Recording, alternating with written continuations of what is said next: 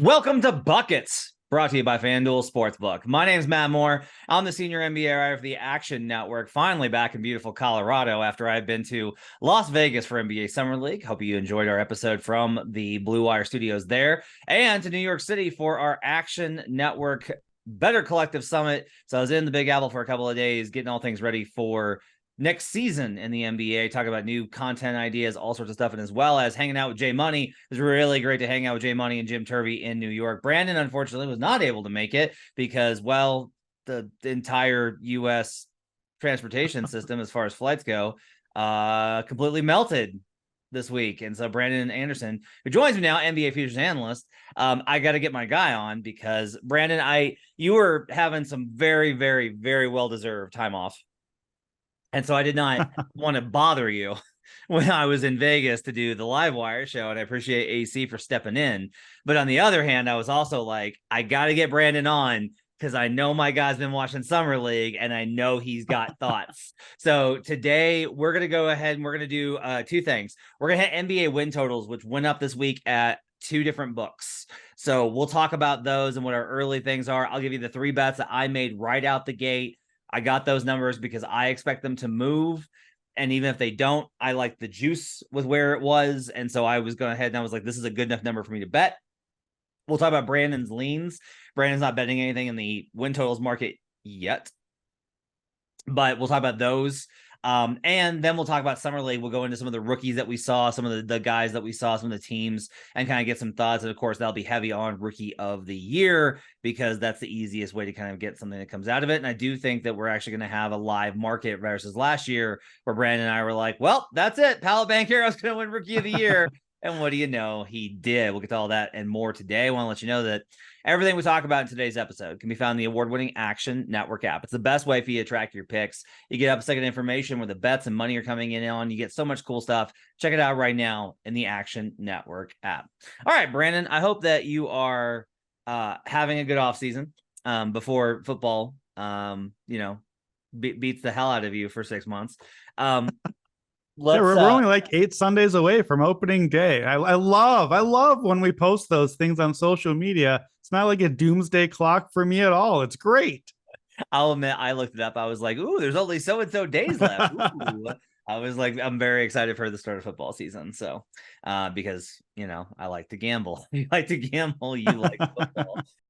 And we will start, Brandon, with a discussion from NBA Summer League. You, a sicko who watches every game. Me, a sicko who winds up going to Vegas every single year. And honestly, I have a really great time. This one was in particular a lot of fun. I wasn't there as long as I would have wanted. Lots to get to, lots to talk about. Fascinating draft class, fascinating Rookie of the Year race. We'll talk about all of it in detail here on the show. Let's go ahead and start here. Victor Wembanyama has an absolutely miserable, boring, dull, lifeless first game versus the Charlotte Hornets.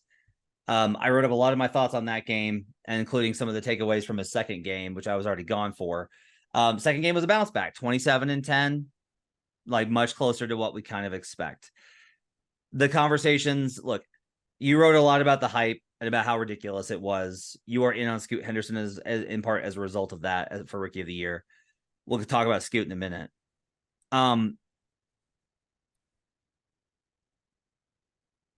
lot of the time, I think playing against the conversation is a benefit to us. I think we're able to play against the conversation. Like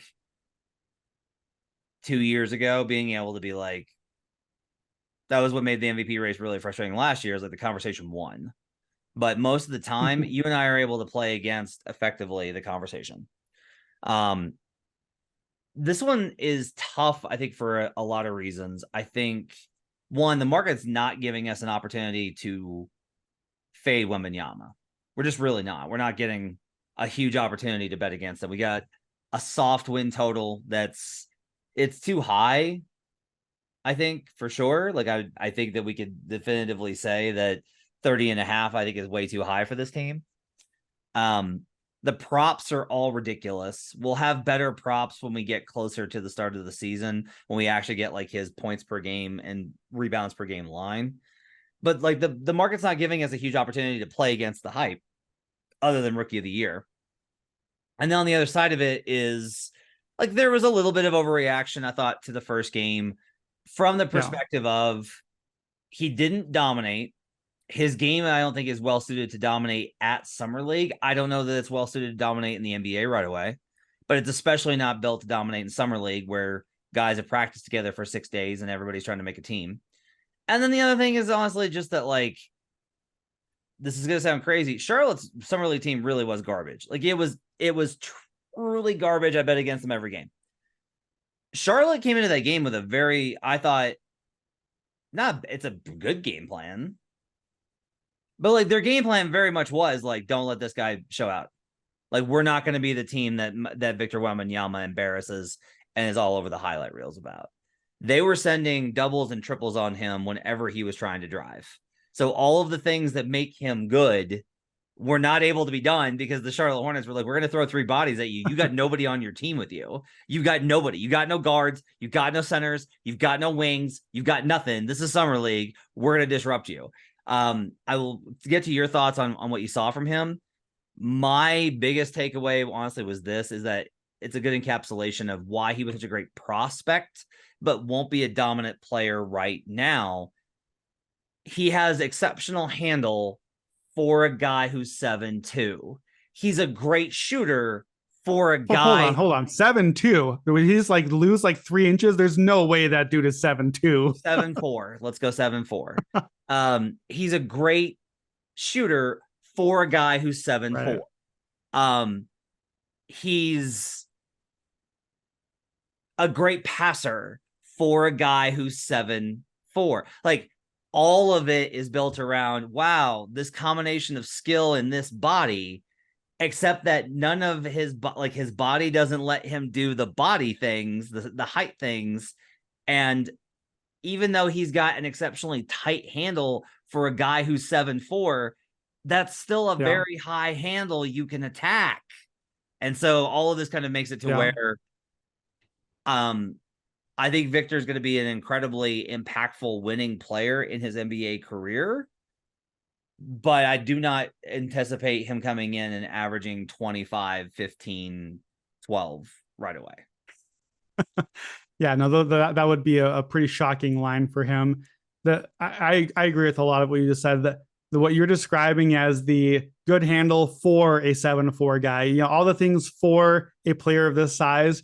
Reminds me a lot of a show that I watch that my parents watch too. So it's like a family bond thing, is we do America's Got Talent every summer. It's the big talent show. I'm sure you know what it is. And a lot of times you get like the 7-year-old kid who comes out and is so shy, and all of a sudden they just belt out this amazing sounding song. You're like, what? How is that voice coming out of a 7-year-old? This is amazing for a 7-year-old. What a great song this is for a 7-year-old. And they do like the golden buzzer and the confetti, and everyone loves them and everyone watches them on YouTube. And then fast forward like a month, and it's like the 3rd round now. And now you have to compare them to like the actual singers, the guys who have done this for a living. And you're like, oh, well, so cute story, but actually this is a talent show and we can't just vote for the cute story anymore. So to be clear, I'm not saying Victor Wembanyama is just a cute story. Like that's not the part of the analogy we're doing here. But yeah, I think actually what we saw both with Victor and with Chet Holmgren too, it's great to have these super tall dudes that can handle and can pass and that look like a Kevin Durant type player. We saw a little bit almost with both of these guys, especially with Victor, almost they feel like too tall on offense. Yeah. That like when you're dribbling, the ball has to come up a long ways. And it turns out that gives you a little more time for all those guys who are crowding you physically, because you're pretty thin, to just strip the ball off of you. We saw Wemby and Chet lose the ball a lot because you got a high dribble. And also like they're guys shorter than these two can get their shot off. Like they don't need to be 7 foot everything to shoot these open threes over guys. Like they already were tall enough for that. So I think that there's a little bit of that where it's like, okay, actually the height is just offensively is actually could be a hindrance in some ways to the dribble. I thought game 1, really, we just saw like just a weird atmosphere, like a super hype, super fun. You were there. It was very clear on TV Like it felt like a playoff atmosphere, the sound of the crowd, like, but not a playoff game though, because it was this weird thing. Like nobody cared. Nobody cared who won. Nobody cared about Wemby's teammates. I forgot who they were playing that game. By the way, Brandon Miller, number 2 pick, was a lot more concerning that game than Wembanyama was, despite what the line came for him on the box score. But everybody only was there to see Victor do stuff, to the point that people just cheered and went nuts the second he got the ball. And like, if you're that guy and everyone's been waiting for you, it's got to throw you off, right? You're just like, everybody's here for me. I guess I'll jack a 3 up right here. And I thought game 2 was supposed to be a game against Scoot. Scoot didn't play because he got injured. And so I think that the buzz died down a little bit, like in just in an appropriate way. Like it just was a more normal game. And it's like he looked like he played basketball. He looked like he was just like, oh, okay. So back to the stuff I'm just good at and do those things. Yeah. Okay, this is fine now. So I don't feel like it was worth overreacting to game 1. To me, the takeaway game 1 is that I love the passing.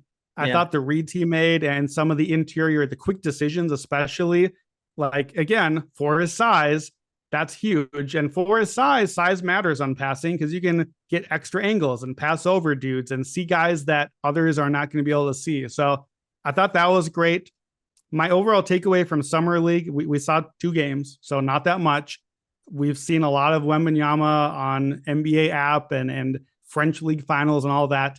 To me, the takeaway is kind of what I had the takeaway coming in. I don't know yet if Victor Wembanyama is going to be the next LeBron or the next superstar. You don't know yet. Nobody knows yet. I think we're going to see his rookie year a lot of what we saw in Summer League, which is 27-10 one night, kind of an off night the other night. Like, we're going to see the flash. Everyone's going to go crazy. And then the next game is going to have 9 points because, you know, they crowded him a little bit. And the Spurs, frankly, are not good. They're not a good roster. There's some pieces there. Having Jones at point guard and to actually get him the ball is going to help a lot. Like, there were times he'd be posting up and have like a foot on a guy and they'd just be like, it's Summer League, I'm going to jack a 3 now. Like that's how it goes in Summer League. So playing on a real team, at least a little bit, will help. But I think there's going to be, it's not going to be consistent production. He's going to get consistent rebounds and blocks because the height is just going to allow that to happen. But they're going to be nights where he picks up foul trouble quickly and just doesn't really ever get into a rhythm. They're going to be nights where he just doesn't get shots up because, you know, Malachi Branham is getting the shots that game, or Keldon Johnson or Devin Vassell or whoever. They got a lot of those guys are going to get their shots up. So I think the flash will be there. This in part is why I didn't love him for Rookie of the Year just immediately, because I think it's going to take time and I think it's going to be inconsistent. And that's what we saw at Summer League. But, you know, he's going to be a good player. Would you agree with me that there is entirely a wide range of outcomes, a decent percentage chance of him winning Rookie of the Year? That, like, you and I can be like, we don't find the market to be accurate, but there's still like a world in which it's like, no, Wembanyama is still the best rookie, and he still wound up winning Rookie of the Year. Like, even if you think that Scoot has a better than 50% chance of winning it, like, even then, there's got to be, like, I think there's still a significant chance and a wide range of outcomes where Victor winds up winning. I think yes, specifically because, like, I would definitely make him at least top 2 to win Rookie of the Year. I would put him well ahead of Chet or any of the others. And I think 2 things that will be heavily in his favor that normally don't matter for Rookie of the Year, but will because of the hype here, is number 1, I think the advanced numbers are going to like him because all the hidden defensive stuff, like the just shot deterring and all of that, he's going to be good at all those things, some amount of good. Not great yet because he's a rookie, but he's going to help all those things. So his BPMs and EPMs and all of that is going to be like we did with Walker Kessler this year. We're going to be like, hey, you know, this is a pretty good player. He's not getting the points tonight, but he's really winning impact. People are going to notice that. They didn't really care with Walker Kessler because he was just a random dude in Utah. They're going to care about the number 1 pick doing that. And I'm curious too, as we're recording this before the weekend, as you're listening to this, I think we'll already have Summer League, all Summer League teams, Summer League MVP and all that. I'm very curious to spot, did Victor Wembanyama get any votes for MVP or all Summer League team? How about Chet Holmgren? They shouldn't, because they didn't play enough to earn it. but the hype is so big on these two guys, and they were good at moments to earn it from like a particular game. I'm curious if just the hype is going to earn a few extra votes, because to me, that's my biggest fear in my Scoot bet, is that Victor is not the traditional rookie of the year and doesn't have the numbers to pull it off, but looks pretty good, has enough flash, and voters are just like, you know what? 10 years from now, I don't want to be the guy that did not vote for the next LeBron James for rookie of the year. I'm just going to go ahead and tie goes to the 7-foot giant that's going to be generational. I do think there's a real fear for that with Wembanyama, enough to give me some pause, but I still like Scoot. Too big to fail, one might say. Let's talk about the other guys. Let's talk about Scoot first. I have Alma in the rundown first. Let's talk about Scoot first. So, wrote about him a little bit on the Action app. Everything that he was billed as looks amazing. He's a tank. That's the first thing if you're listening to this, and when you see him on Portland in preseason, you're gonna be like, "Who is that?" And it's gonna be Scoot Henderson, because he's just a tank. Like, he is this little, he is this medium-sized guard tank that just like tears through. Next level passing, willing passer, playmaker, superstar. Like, he steps on the court and you're like, that's a superstar. Like, that's an NBA 100%. Superstar. Carries himself as such. The number you got, what was the number that you got that you originally bet Scoot Henderson rookie of the year at? I originally got plus 600 before the draft even happened. And so there are no 600s left. You're not going to get a 600 anymore. Right. So 600 is 15% implied. We're at 400 now, 20% implied. Yeah. What are your thoughts on that change of 5% differential? And we're talking about 5% change in implied, which kind of tells you sometimes how we overreact to, like, I don't really want it at 600 or at 400. You know, I guess it's like, it's a 5% differential here in the implied. Like, you're still getting 4-to-1 return, which is really good. What are your thoughts on that shift on the number? Yeah. And where Scoot's at in the market after the Wembanyama hype ran into a few roadblocks? So, yeah, I think with the number, with long shots or longish shots, I guess he's not really a long shot. He's number 2 on the odds board. But, you know, with odds that are not like a minus 110 or something toward just a typical game line, it's not so much the implied that moves the needle for me, because, you know, you can go from like, you know, plus 1,000 to plus 2,000, and your implied odds have only moved a few percent, but your payout just cut in half or double, depending on which direction you went. So the payout from 600 to 400, we just lost a third of the payout. That's the real difference, not the 5% implied. So to me, on the long shots, that's like, you got to always get the better number there, because the payout is increasing exponentially more quickly than the implied odds that you're losing. So that is the thing to watch for. That said, I haven't done the deep dive work that I'll do on Rookie of the Year. We'll have a whole episode on it eventually, but I'm pretty confident that Scoot will be my favorite to win Rookie of the Year ahead of Wembanyama. And I also am pretty confident that between the two of them, I'm going to guess I would make them like 80% at least versus the field. So if that's the case, if I'm going to give 80% to Scoot and Wemby, and if I have Scoot favored, then that's at least 40. Then basically we're at like a plus 150 or longer. Like, I think if I'm setting up a board myself with odds, I don't think I'd make him longer than a plus 200, and he's plus 400 still. So I still like it. To the number itself, the only thing that I would question is, I don't know if I need to grab it right now, because we already lost the 600. That's gone. All books seem to have it around 400 now. Is there any chance that this Dame thing drags out into the season? Dame plays and we get maybe like 15 to 30 games, maybe until January 1 or something, of Scoot sharing time and seeing deflated numbers because of that. Even just enough that at least we're getting a better number then. Even if you still like Scoot for the Rookie of the Year, you still get a better number because the numbers got deflated for 10, 20, whatever games. I don't really think that that's likely, but the Dame thing feels like it's starting to drag out enough that it has to at least be in play. What do you think? We're recording this on Friday night. I'm gonna bet with the market that has it open, Damian Lillard to be on the Portland Trailblazers to start the season. That's where I'm at. Does he have to play a minute for them for that bet to hit? Yes, and I would still bet it. Do you think that there's a chance that he would be on the roster and not play and just sit out and pout for a few games until they trade him? The James Harden. No one believes it. Yeah. No one. That's what his representation is projecting, and everyone's response I've talked to is, "Haha, good one. That's funny. Damian Lillard sitting out. Yeah. Oh yeah. You know Dame, petulant superstar, non-hooper." Especially in all places in Portland. Like he's burned bridge a little bit by what's happened here, but everyone will forgive and move on. But until the season starts and he's on the roster and just not showing up for games, it's another place. Maybe he pushes the chips in further, but in Portland, that's hard to see. I would tell you that if you're of Brandon's thinking, and I think I'm probably with Brandon on this about him, that he should be favored. I don't think he should be a minus number. Like, are you with me on that? No, I agree. Should not be a minus number. Right. So it shouldn't be odds on, but he should be the favorite. So it's like, here's how I would say it. There's good value now. There might be great value later.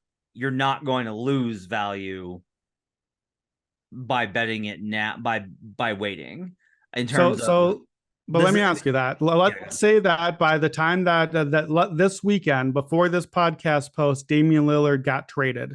He's in Miami, right? Like that's clearly where this is headed if it goes quickly. Don't you think the number shortens a little bit after that? That Dame is now officially gone and we drop to 350 or 300? So in the market, we actually can do this by correlated market, right? The Heat are a heavy minus number for that to be where he winds up playing his first game. They are minus 270. So even if you want to say that these markets are not correlated, which I would kind of find surprising, I don't maybe it goes to plus 380. Like we get 20 cents. Sure. Right. So but that information is worth losing the 20 cents to have the information that we have the clear runway now. Right. That's how I would say it. Yeah.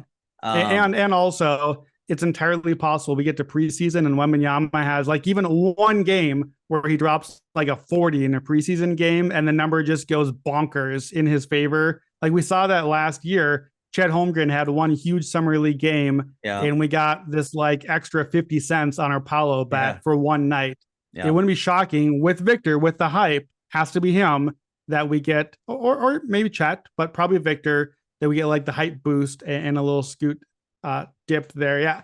I just to comment on actually what we saw there, we only got one game. I was texting with you and our colleague Raheem Palmer.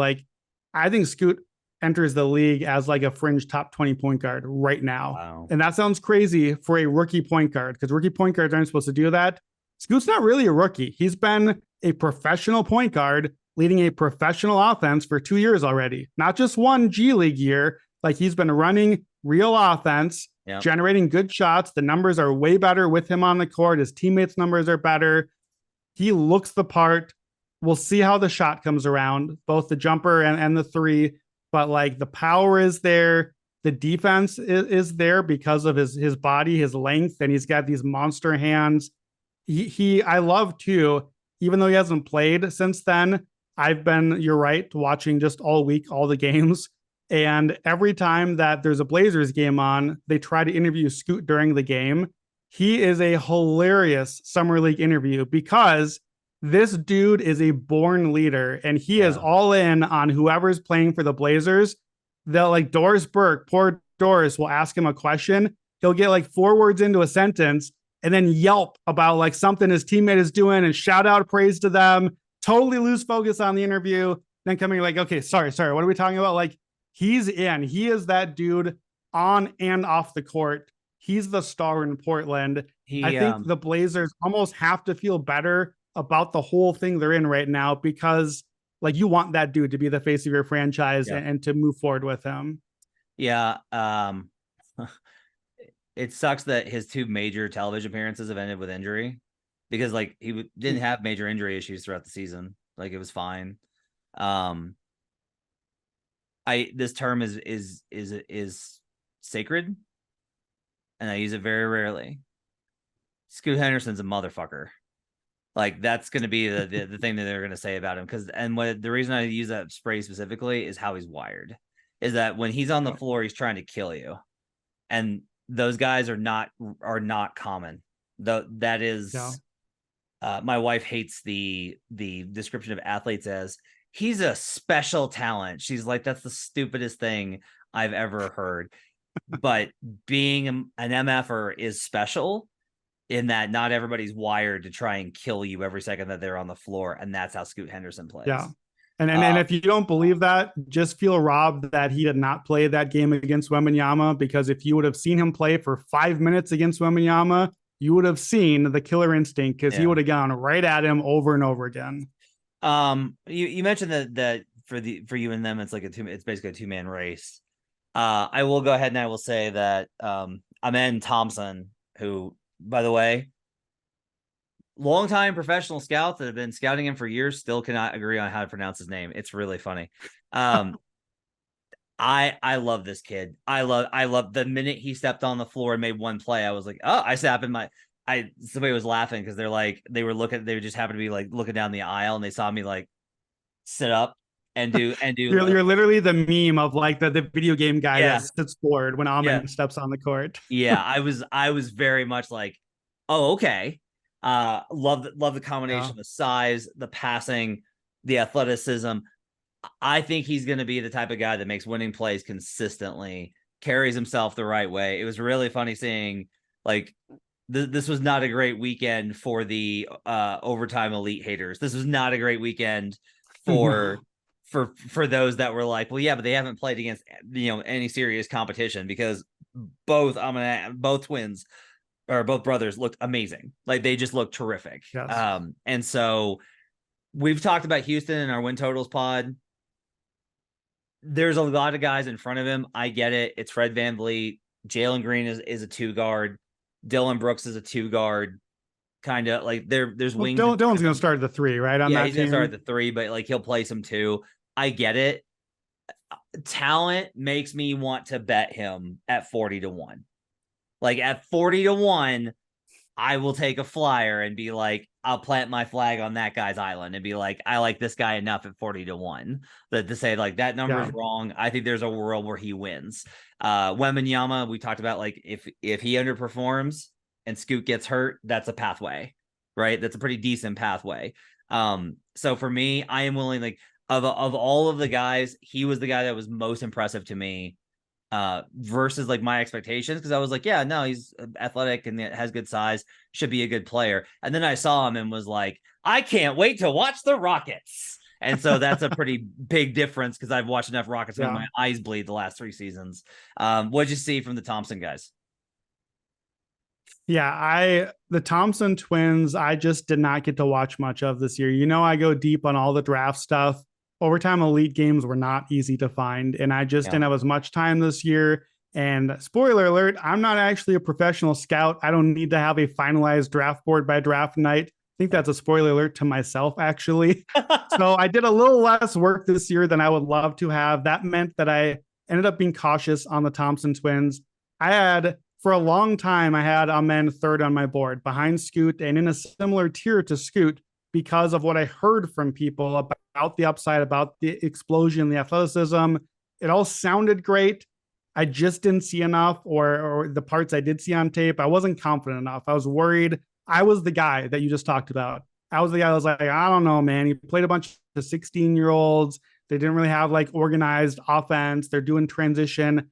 I had a lot of skepticism, and I described, I think in something I wrote or was said, I don't know, I said a lot of draft stuff. I felt like I didn't mind missing on the Thompson twins. I mind missing on the Thompson twins now. They, to me, are the takeaway of Summer League. Both of them, awesome. I'm in on both Thompson twins. Weirdly, I'll talk about Amen in a second. We've seen only one game from him. We saw him against Scoot, and then they both got injured and both were done after that. I've seen Asar play all the games, and maybe this isn't fair, but in a positive way, I love what I've seen from Asar and the instincts and the passing and like all the stuff people said were there for both guys. I've seen from Asar now in a bunch of games, enough where I'm like, shoot, man, if that's all good for him, add that to the stuff we saw from Amen too. I really like him now too. So Asar to me, like I think I had these guys. I think I had Asar at 9 and Amen at 11 on my draft board. If I had to do it again right now, and it's only been like 3 weeks later, Amen is number 3 on my board behind Scoot and probably in the same tier as him, partly because I had a big drop to the rest. And I think Asar might be top 5 for me now. Like Asar has been great. He's athletic, not nearly as much as his twin brother, but the feel for the game both of these guys have that I doubted. That was my big thought is I worried that these were like, in college football, you see guys get recruited and this guy's a quarterback and this guy's a safety and this guy's an athlete. Sometimes that's their position. They're just athlete. Yeah. I kind of worried the Thompson twins were athletes, that they were just these like crazy hyper athletic dudes playing not basketball, that they were just like playing overtime elite transition ball. And so I just was cautious on them. It is very clear from the moment you watch either of them play the game, they get it. The feel is there. Like all the guys that raved about, these guys don't care. They don't care about the numbers. They just want to win. They just want to play ball and stay out of the spotlight and win. And then you watch and you're like, oh, yeah, okay. I see that immediately. The passing, the feel, the spacing, both of them are incredible in transition. And then Amen, the athleticism super pops. Like on a court with Scoot Henderson, by the way, Amen Thompson's athleticism stood out. Jabari Smith, Tari Eason, like that is effectively was an NBA game you watch. Those are basically the rosters for those teams. And he was leaps and bounds, literally the best athlete on the court. I do wonder with Amen, did we get slightly a more positive view of him than we would have in that we didn't really see him shoot much. I believe he had one nice rhythm 3. That's the big question with him in the immediate future is can he shoot? And Asar had the better shot. I think if we'd gotten 3 more games from Amen, I wonder if we would have been like, okay, well, that's going to be the big swing for him. We didn't really get enough ball to see the shooting factor. So I love it. I love the twins. I'm in on it.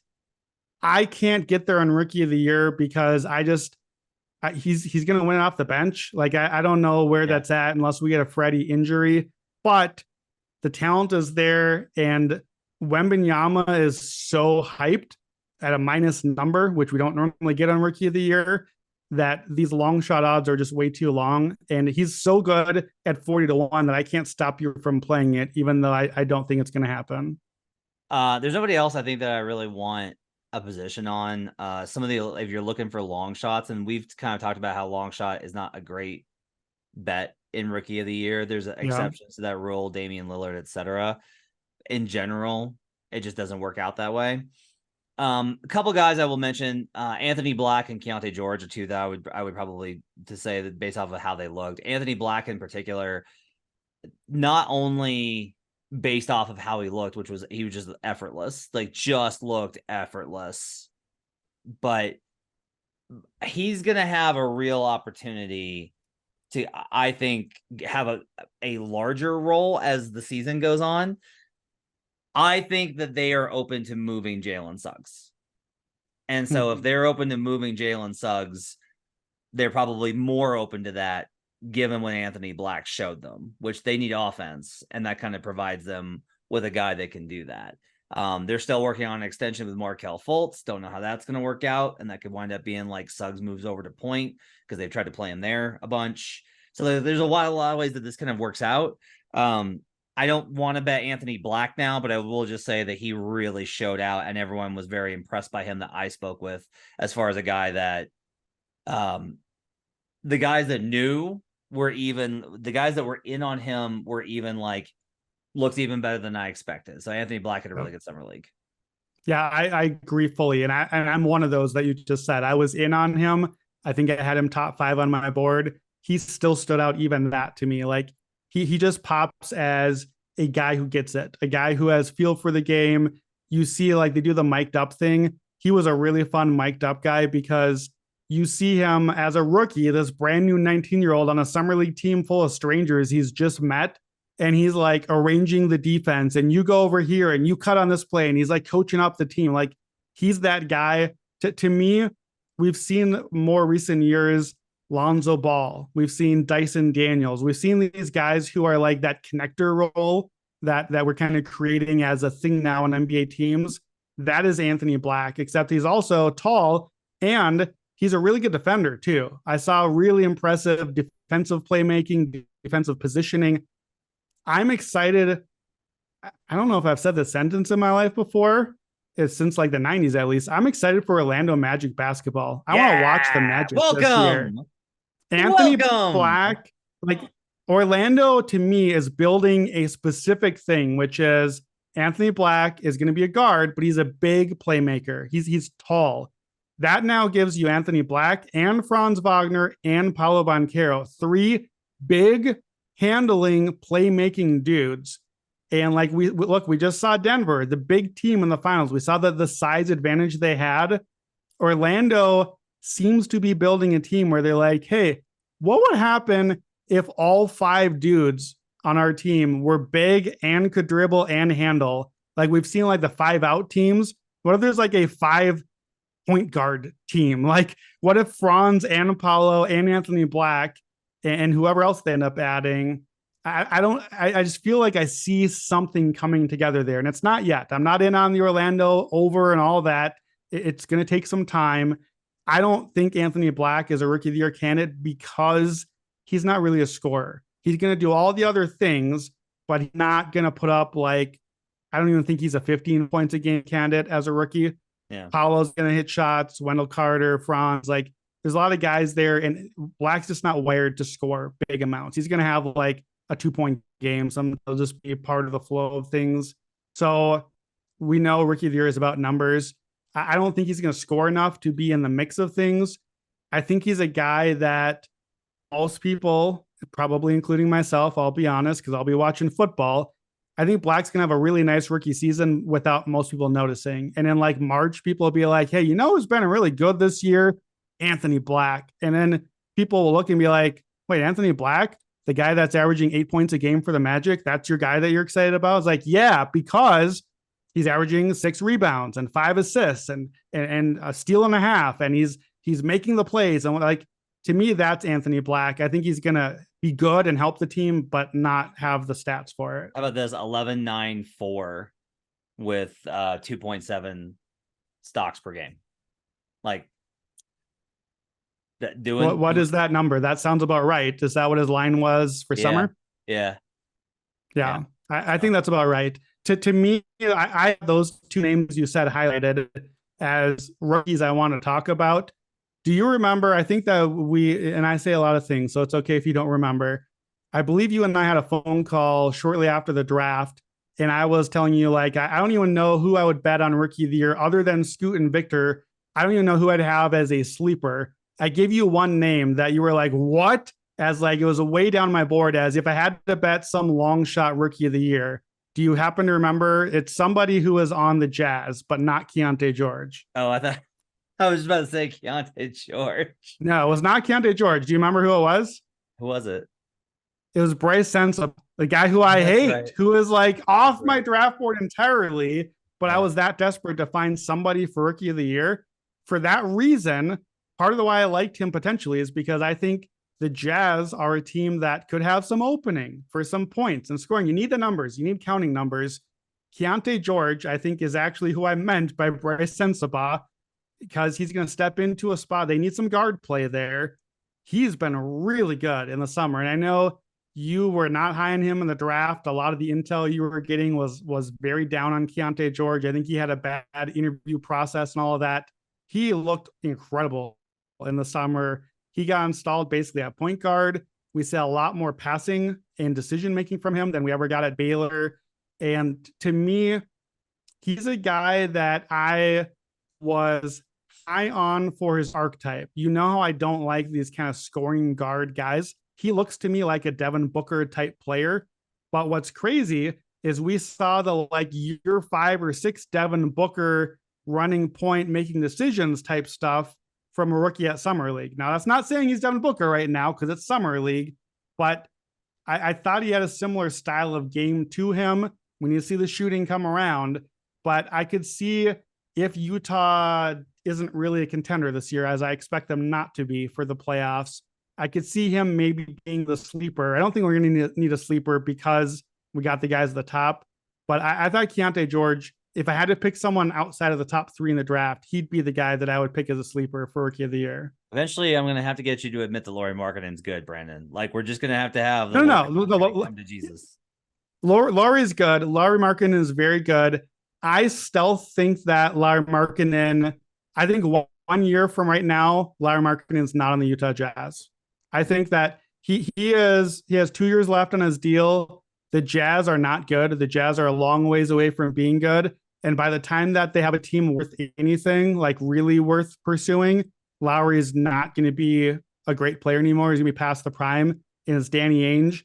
And I think the Jazz are set up. This is a Danny Ainge feel, not a Lauri thing. I think that Lauri is a guy that gets traded while he has value because he's going to get a huge, huge trade, as he should. He's very, very good. Like, I had him 4th team All NBA. That's top 20 player in the league. He's really good. I just feel like this Jazz team is still a long ways away. They're accruing a ton of picks. I think that they can basically do another Donovan or Rudy trade and get that again for Lauri, who they got as a throw in one of the other trades, and just like stockpile even more stuff. That's all. And I think if that happens, now it's a really bad team with a lot of shots that Keontae George could take. Going back to George, 33 points on 12 of 24 shooting and 10 assists in his first game. Then 33 points. For first game in Vegas, to be fair. They did have a few Salt Lake games already. Yeah. 33 points. I'm sorry. Then 26 points on 9 of 15 shooting, 7 assists, 2 steals. Bomb from 3. Like, that's a good line. Yeah, like he was going to win Summer League MVP, but he got hurt, and now he's not going to. But I think he probably wouldn't want otherwise. All right, so a couple more guys to kind of wrap up here. Let's do Brandon Miller real quick. My general thing on Brandon Miller is I think he's gonna be fine. I think he's gonna be a fine player. I think he'll play a long time in the league. There's always a chance that Summer League doesn't show and he winds up being an all-star, and it's all that. I think the floor is really high with him. I think the ceiling is much lower. And so, like, I don't think this is going to be like they took Brandon Miller. What a bust. It's just going to be like, I mean, they took Brandon Miller, who's good, but like Scoot Henderson, Thompson, and all these guys were behind him. That to me feels like what the story is going to be. He had some pretty good games. He had some pretty good moments. Again, I think he's going to be fine. That word that my wife hates, special, did not pop. Like, there was not a lot of moments where you were like, man, Brandon Miller's awesome. And that's okay. He could be a really good player for the franchise, but it's a shame that it's going to be like his career will be considered through the perspective of the Hornets' decision rather than on the merits of just like who he is as a player, because I think he is going to be a veteran in the league for a long time. Yeah, if you're a Charlotte Hornets fan, the thing you want to hear about your number 2 pick you just made is not, we think he's going to be fine. That's just not what you want to hear about your number 2 pick. So I basically agree with where you're at on him. He was terrible early on. He got a lot better. That's fine. You can have a bad game at Summer League. To me, again, Summer League a lot of times is as much about what you don't see as what you do see. You look for the flashes, and then you look for the missing flashes. I'm a little worried that I saw missing flashes from Brandon Miller. Like, to me, I definitely did not see high-end athleticism from an NBA standpoint. I'm not saying he's a bad athlete, but like compared to what we said about Scoot, what we said about Amen Thompson or Asar Thompson, like Brandon Miller had one huge dunk that I remember, but for the most part did not pop that way. He did not show this great first step or this ability to just fly by guys to the rim that you expect from a number 2 pick. Like, the bar is pretty high at number 2. Creation, same thing for himself, especially, and for others, just not a lot that popped there. So I feel like we already thought, a lot of us, that Scoot behind Miller was a mistake at number 2. It's hard to not think that after what we saw at Summer League. I know it feels very early. We got 1 week of what we saw. We got 1 game of Scoot, but I agree with what you said. To me, I think when we do the redraft, right, in like 3 years, and the Ringer puts out their redraft pod, I think that Brandon Miller is going to be like 6th and be like, oh yeah, he's a wing and he shoots and he's valuable. But like Otto Porter was the 3rd pick in the draft back in the day. Otto Porter is a really good player. At his peak, when healthy, Otto Porter was on the Warriors last year and a deserving NBA champion who played really important minutes for them. He got a huge contract for Washington and deserved it. He was a good 3rd banana type player. Nobody ever got excited about Otto Porter, ever, in the history of watching him in the NBA. Yeah. I feel like that might be kind of the path where Brandon Miller goes, where it's like, you know what? Every team needs a wing that can shoot. That's what we said. That's what I said about him. But I think that Wemby and Scoot are going to be ahead of him. And yeah, somebody else, Amen or a Keontae George or somebody down the line, like the other guys who have a higher bust rate, some of them are going to hit the ceiling. And I don't think Brandon Miller's, in MJ terms, the ceiling may not be the roof for Brandon Miller. So I feel like he's just kind of a safe play that is not really what Charlotte needed at number 2. A couple more notes here. I have a lot of worries about the Pistons. I got a lot of worries about the Pistons. Yeah. Jaden Ivey has had some moments, but in general, like, hasn't looked like Jaden Ivey has not. He's averaging like 18 on like 41% shooting. There's not enough there for it to be like, oh, like he's way too good. Like he was not way too good for Summer League. No, Jaden Ivey was not too good for Summer League. And when you are a sophomore top 5 pick, you should need to be too good for crazy, Summer League. Everybody, all the scouts guys, everyone I talked, you liked him. Everyone liked him. Everyone loved Jaden Ivey. Had a full year as starter and hasn't been great. Just hasn't been impressive. I'm curious. I'm very down on Ivy after the summer. To me, of all the guys that took negative impact away from, I think he's the biggest by like a margin. His passing, I thought, was all over the place. Like his passes, even when he got the right reads, which was not always, would like lead guys by too much or not hit them in the shooter pocket. He's not getting to the rim. He's supposed to have this great first step and burst, and you should see that a lot at Summer League. Like that should pop like it did with Scoot and it did with Amen. We didn't see that stuff from him.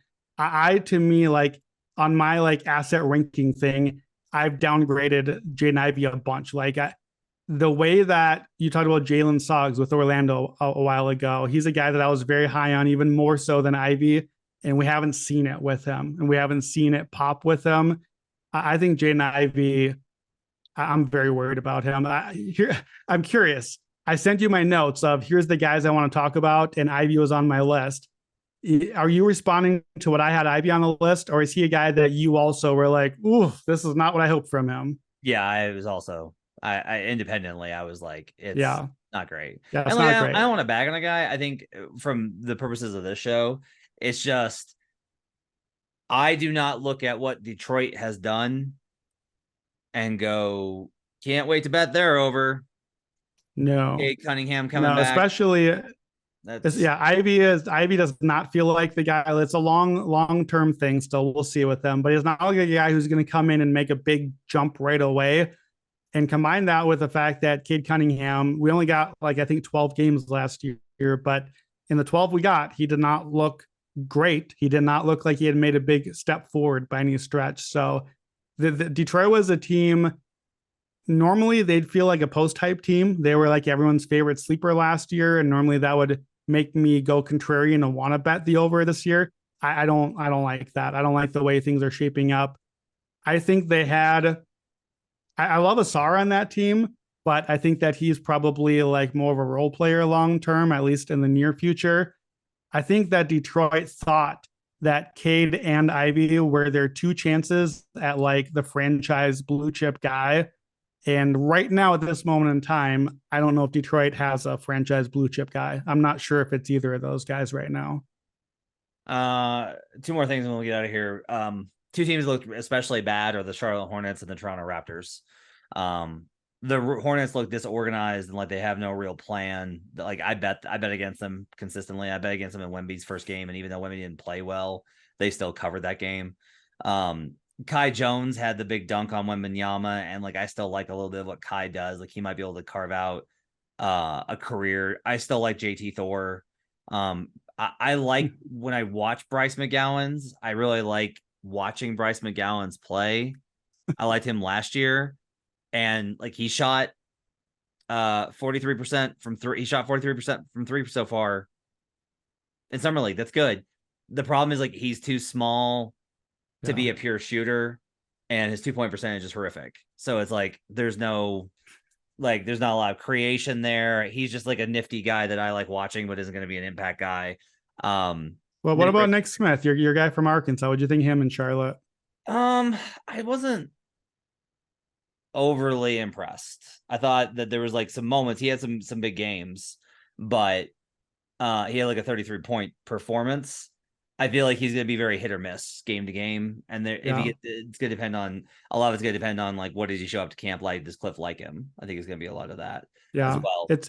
It's funny with Charlotte, all of the guys that you just mentioned, as someone who like follows the draft very deeply every year and has my whole board and everything, Kai Jones and JT Thor and Bryce McGowan's, all these like kind of deeper in the draft guys, every name we just talked about, including Nick Smith, is somebody that early in the draft process, like that year, I had in my lottery and was like, oh man, Kai Jones, let's go. It's my big sleeper. He had this crazy moment in this great game. And then you like watch 5 more games after that and you're like, hey, is Kai Jones playing this game? Like what's happening? Is he on the court or doing stuff? And the same with JT Thor, and the same, like Charlotte's got a type, and the type might be, I kind of didn't actually scout you for all the games. I just saw a couple clips of your highlights, and they're not developing these guys. And I worry that like the future does not feel bright for Charlotte. And like they have a lot of talent on the team playing with summer league roster. They should have been a quality summer league team, and they were terrible. Yeah. So I think that's kind of the issue here is like, it might be a coaching thing, which I want, like, it's tough to coach. Sure. I'm not going to dog a coach for not doing well in summer league. I will say that the inverse of that is Toronto, who felt like they were very well coached and had zero talent. Like there is nothing in the pipeline for the Raptors. There is no one coming to save them. And that I think is probably impacts a little bit of what we talked about in the win totals episode as well. Final thing, look, I've raved about the Houston Rockets and about like even if they go under, which you convinced me of in our other episode, I like this team now. I'm gonna like them a lot more. Jabari Smith is a winner. Like that kid had a really rough beat going from Orlando to Houston. He landed in a disaster of a coaching situation with 2 guards running the show, doing whatever they wanted. Jabari needs like a competent veteran point guard to set him up. Fred VanVleet will probably do a lot of that. Jabari, I like his defense. He bounced back from a really rough first half and had 18 in the third quarter of his first game. Like Jabari's big time. Like that guy wants to be great. You can see in Jabari Smith that he wants to be great. And so I think that there's a really bright future ahead for Jabari Smith Jr. This season with the Rockets. I think he's like I think it's that kind of to put a bow on everything. And this kind of goes back to your play on the Rockets under. You're probably right. And I'm going to bet with you on the under. That's the smart play from a betting perspective. I have a feeling that we're going to get to the end of the year and be like, they don't feel like a sub 30 win team. Like that they feel like, no. This team is like next year we'll probably be like, all right, it's time to bet the over on Houston. I would say big picture. I've been betting first bet of the season, Rockets under, like every year that I've been on the Buckets podcast, and I'm back again. But I think that this is the last year. Like for the first time in a while, the first time for me at Action Network, I actually feel good about the trajectory of the team. Like I feel like I start to see it and start to kind of see where things are going. Just a couple other bullet points on other guys for me. Jabari was one looked like a star. I stupidly sent out a tweet at halftime of their first game that, well, it wasn't stupidly, it just was at the time. That was the game that you were at. That was the Amen versus Scoot game. And Jabari had done almost nothing at halftime. He had like 3 points or something. So I had a whole thing about Amen Thompson. I talked about Shaden Sharp. And then, sorry, yeah, just talk about a bunch of the guys. And I had a little footnote on my tweet of like, Jabari didn't really do much. We didn't really see him. It's a bit worrying. After that, for the next like 4 quarters, he scored like 50 points over the next 4 quarters after that. So he got aggressive. I want to see more of that from him. Hopefully playing with Fred VanVleet, I think will help someone to actually get him the ball and get him some looks. He looked really good. He looks to me like a Jaren Jackson clone. I thought he was great. Jalen Williams, I think we did not even see it. Jalen Williams Santa Clara version. I will call him that, not the good one version, as I usually do to be charitable. I don't think we saw him at Vegas. I think we only saw him at Salt Lake or wherever he played earlier for just a game. He looked awesome. He looks like a star. He was getting to the rim at will.